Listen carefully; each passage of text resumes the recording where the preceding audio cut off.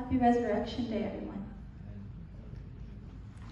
My name is Abigail Chang, and I'm here to share my story of my journey to God.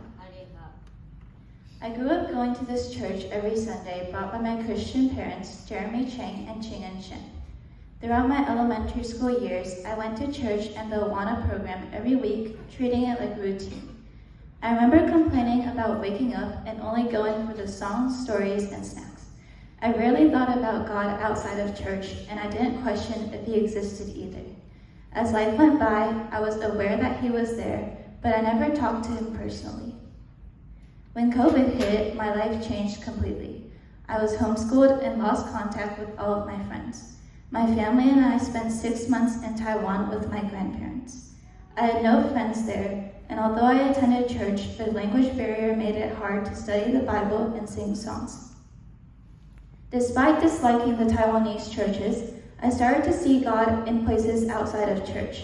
My parents prayed with us every night, often with our non-believer grandparents, uncles, aunts, and cousins. In moments like these, I could feel myself growing closer to God. Once COVID was over, I began going to a charter school and co-op. As I adjusted to life, I prayed to God, but only when I needed to ask him for something. Throughout most of middle school, I was insecure, discontent, and seeking approval in worldly things.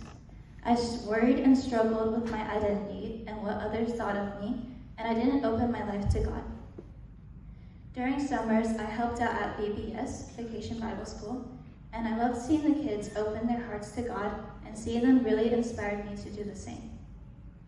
One year, the theme verse was Jeremiah 29:11-12, which says, "For I know the plans I have for you, declares the Lord, plans to prosper you and not to harm you, plans to give you a hope and a future. Then you will call on me and come and pray to me, and I will listen to you." This verse helped me a lot in tough times when I questioned God's decisions.